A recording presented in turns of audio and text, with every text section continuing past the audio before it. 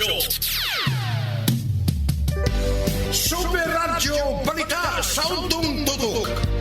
Super Radio Balita sa Udtong Tutok. Tunubanon sa labas ng mga balita dinhi sa ato uban sa mga Super Radio reporters. Mabati usab ninyo dinhi ang labing uwahing mga pangitabo sa bisan diin suok sa nasod pinagi sa mga provincial reports. Super Radio Balita sa Udtong Tutok. Ug karon aniya ang tibuok pwersa sa DYW's News and Public Affairs.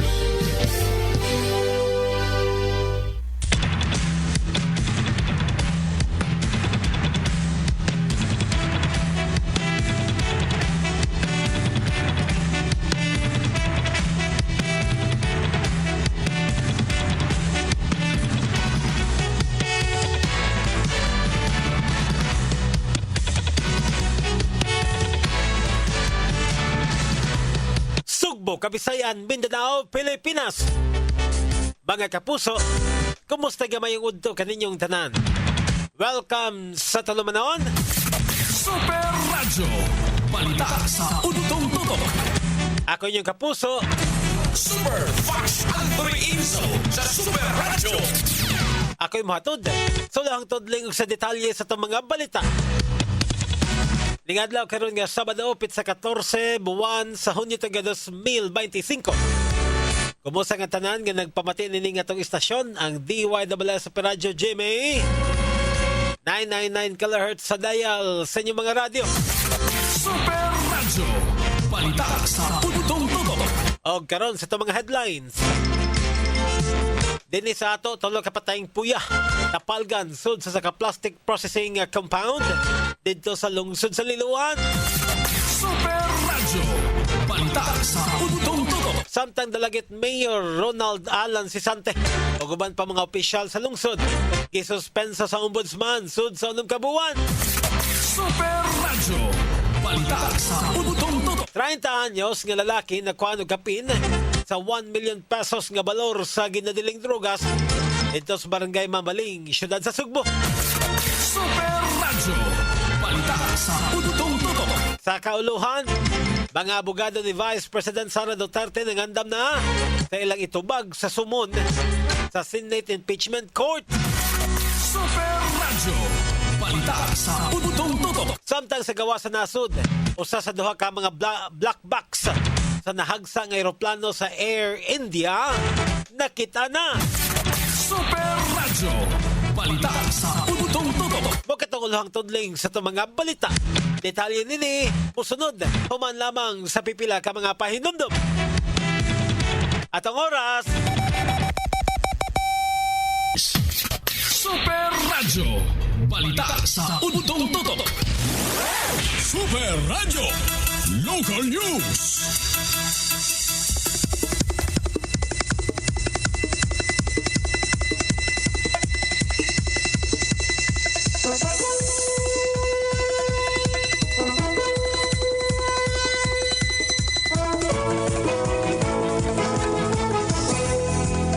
at ang oras alas 12:06 na. Ako gihapon si Superfatch Anthony Inso. O karon sa detalye na sa itong mga balita. Dini sa ato, tuloy ka mga patay nga mga puya ang napalgan sud sa ka plastic sorting company dito sa Purok, Sibukaw sa barangay Kotkot, lungsod sa Liloan kagahapon sa buntag. Ang mga puya gisud og blue nga plastic box. Dindo na kini mga wristband o clamp sa ilahang umbilical cord. Base sa investigasyon sa Liloan Municipal Police Station, nga usa ka Naciancino Gotano Bazarte, 46 anyos, plastic classifier sa mga kompanya o residente sa mga barangay ang unang nakakita sa mga puya. Nasayran nga ang recyclable plastic nga ilang nakolekta gikan sa Siquijor, Negros Oriental, ingon man sa Sugbo. Atol sa iyang paglaylain sa mga plastic Dito niya nakitaan ang plastic box nga gisudlan sa mga puya. Hinungdan nga dali niya kining gi-report sa management nga mo'y usay hinungdan nga nangayos lang tabang sa mga otoridad. Wala pa hinon mahibaw kung diin gikan nga hospital o birthing center ang mga nadiskubrihan nga mga puya. Nakigalayan usab ang kapulisan kadto sa Liloan Emergency Risk Reduction and Management Council ingon man sa municipal social worker o sa barangay health workers aron matabangan sila sa pagdeterminar sa edad sa maong mga puya. Sa kasamtangan, padayon pa ang gihimo nga investigasyon sa kapulisan kalabot sa maong insidente. Super Radio. Balita sa Butong Tutok. Alas 12:08 na.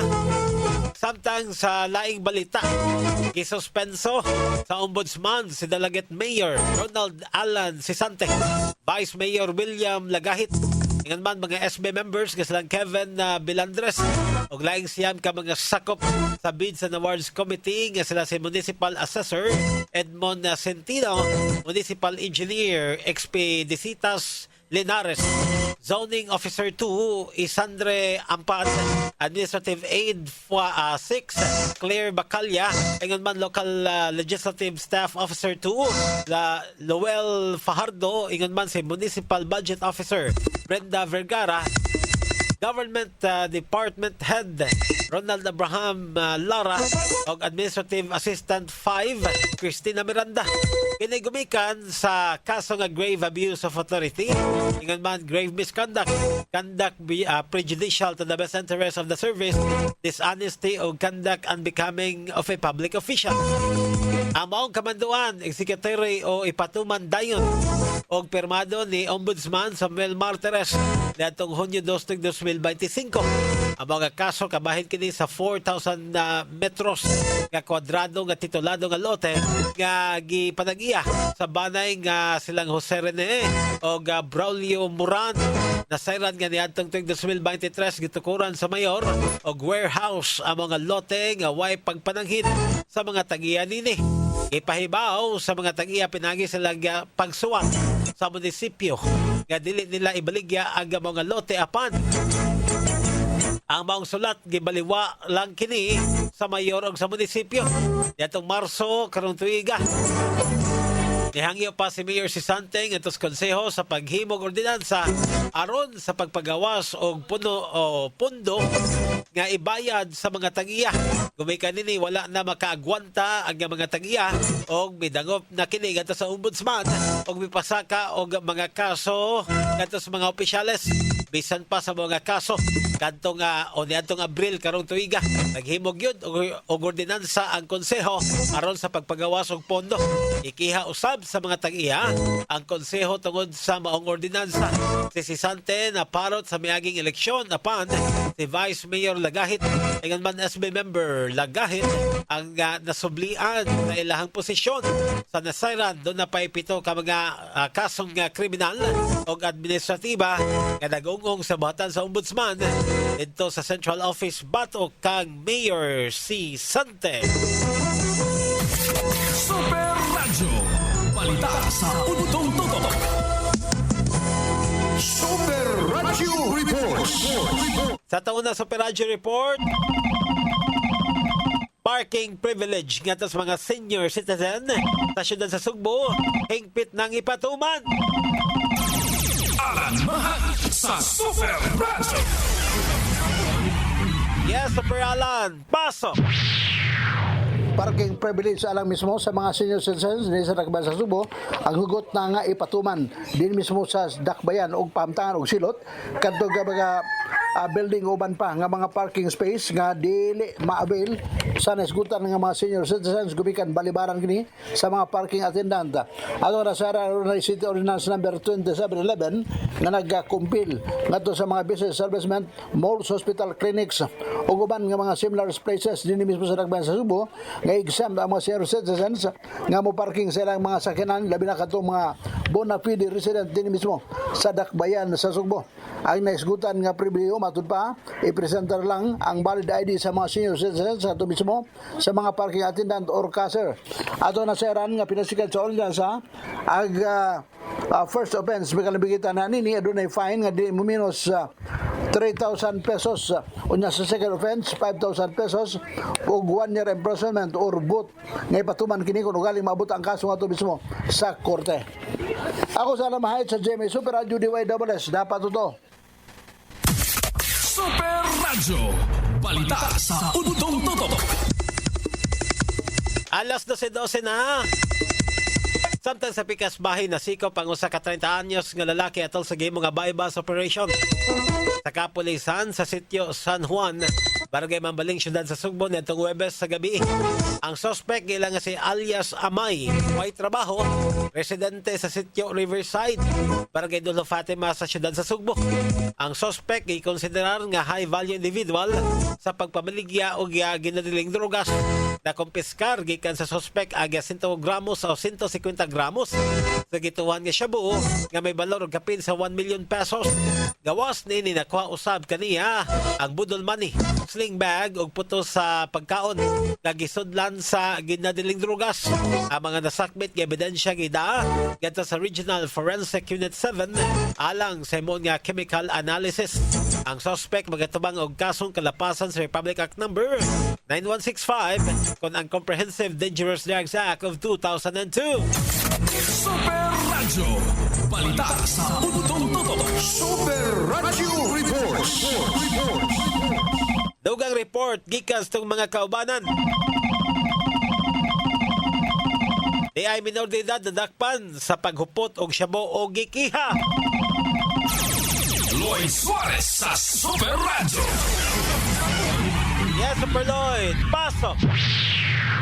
Nadapay lang kuno si Jake sumapa niya sa iyang kaso pagupot og syabuhuban nga naa sa mga ubang ipangdakop nga mga hamdong diya silahang lugar sa may Pulpugan, Konsolasyon. Apan ang piskalya wa mutuo sa dipinsa gipakasuhan gyud si alias Jake nga 17 anyos og kasong kalapasan sa Section 11 Article 2 sa Republic Act 9165. Girekomendar si Jake nga makapiyansa og balig 200,000 ka pesos base kini sa inquest information ni Fiscal Ivy Susbelia Lyson nga ang kaso ni Jake adto kini pasaka sa Mandawi City Regional Trial Court sa Nasairan. Kini mao dinakpan nga alias Jake 17 anyos nag-apil-apil na sa mga hamtong pagpamaligya og daghang shabu.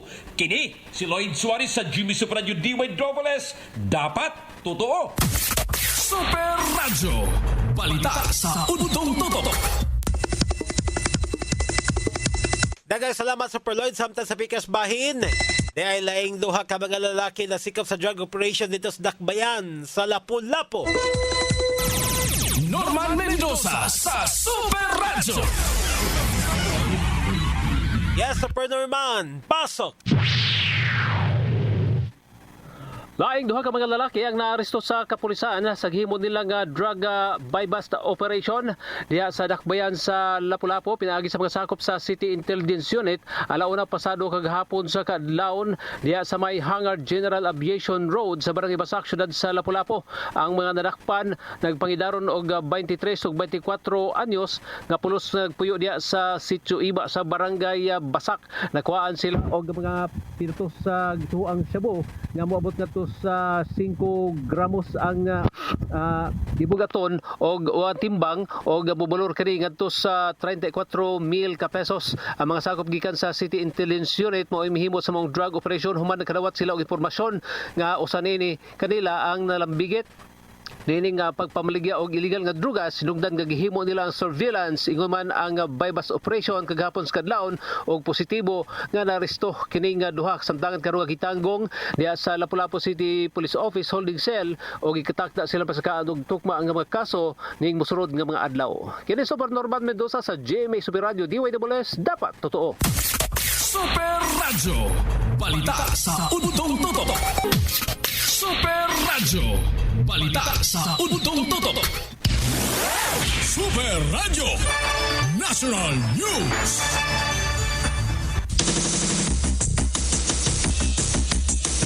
At ang oras alas 12:19 na. Balita gikan sa kauluhan.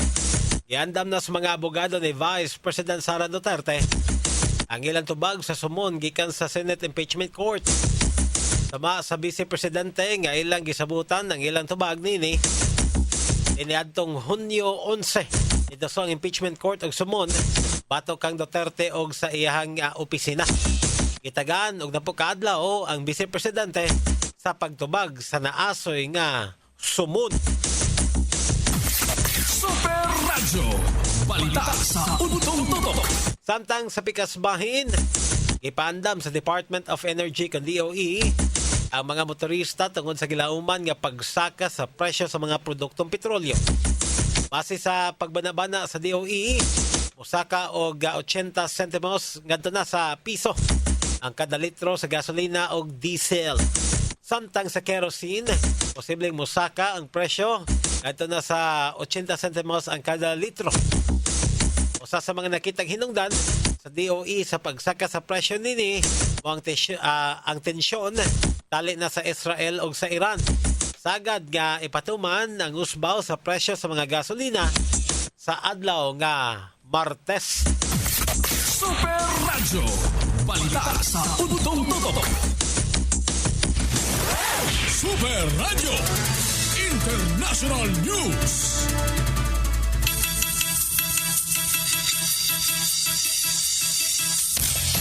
Alas 12:20 na. Balita sa gawa sa nasod. Na-recover na sa mga otoridad ang usa sa duha ka mga flight data recorder kon black box sa nahagsa nga Air India passenger plane. Sama sa Civil Aviation Minister, nakita nila ang black box sa may crash site dito sa Ahmedabad. Padayon pa nilang gipangita ang usa pa ka black box sa naasoy nga lugar. Personal usab nga gibisita ni Indian Prime Minister Narendra Modi ang lugar di nahagsang eroplano. Isugdan na sab ang investigasyon gikan sa United Kingdom ingon man sa US aron nila masayran ang hinungdan sa aksidente. Ipahigayon na sab og candle lighting activity ang mga residente dool sa lugar isip pagpakitag simpatiya kadto sa mga nabiktima. Nasayran nga sa 242 ka mga sakay sa eroplano, usa lang ang nakaluwas sa nga usa ka Briton nga giila nga si Vishwash Kumar Ramesh. Ikabat usab sa 8 ka mga tao ang namatay dito sa crash site. Din unom ka mga patinglawas ang nailhan na sa ilang mga kabanay. Super Radyo Balita sa Utong Tutok. Super Radyo Weather News.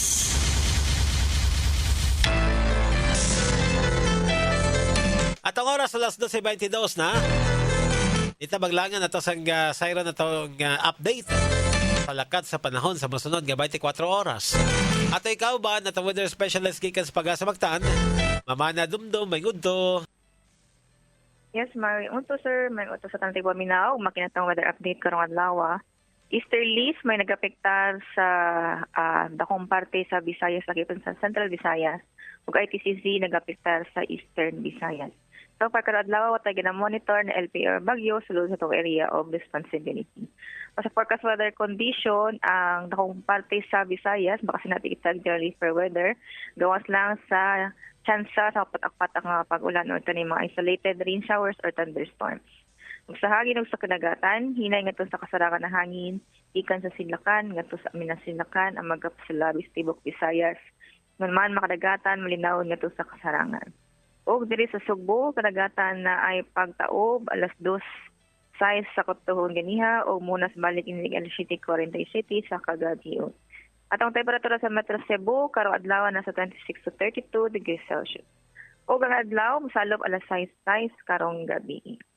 Dili lang ko kutob kini sa Anadumdum kandiryo sa DOST Pag-asa Mactan, maayong gudto, daghang salamat. Mamana, Yes sir. magpadayon ni Mama to ang nindot nga dagal sa panahon kay murag wa man ko kabanteng na ay mga dagom na.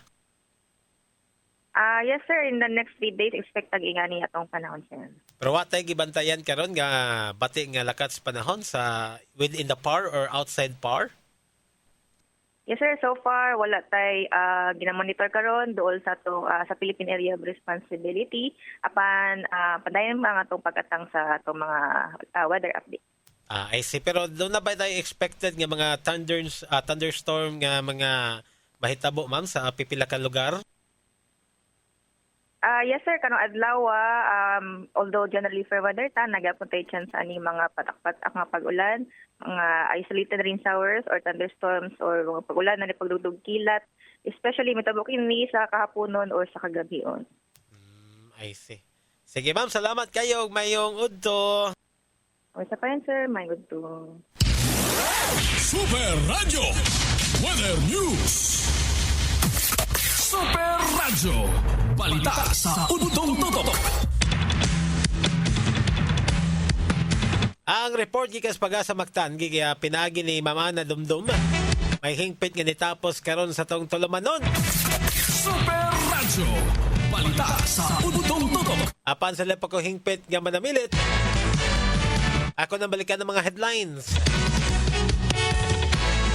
Dini sa ato tulo ka mga patayng puya na palgan. Sud sa plastic processing compound dito sa lungsod sa Liloan. Super Radio Balita sa Udtong Tutok. Samtang Dalaget Mayor Ronald Alan Sisante ug uban pang mga opisyal sa lungsod gisuspenso sa ombudsman sud sa unong kabuan. Super Radio Balita sa Udtong Tutok. 30 anyos nga lalaki nakuhaan og kapin sa 1 million pesos nga balor sa ginadiling drogas dito sa Barangay Mambaling, siyudad sa Sugbo. Super Radio Balita sa Udtong Tutok. Balitas kauluhan. Mga abogado ni Vice President Sara Duterte nangandam na sa ilang itubag sa sumon sa Senate Impeachment Court.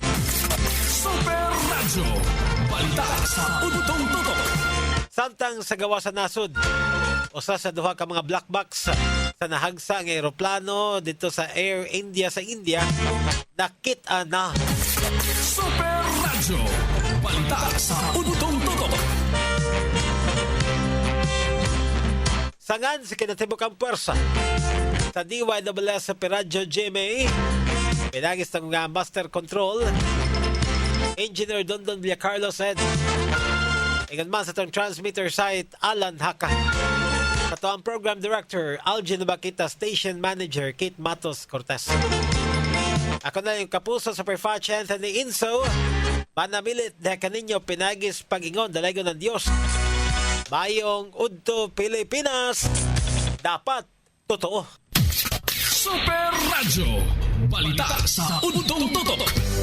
Inyong nabati ang Super Radio Balita sa Udtong Tutok. At ang iyong nanglaing hugna sa labas ng mga balita. Dinig hapon sa Super Radio Balita sa Udtong Tutok. Dinig lamang sa DYWS Super Radio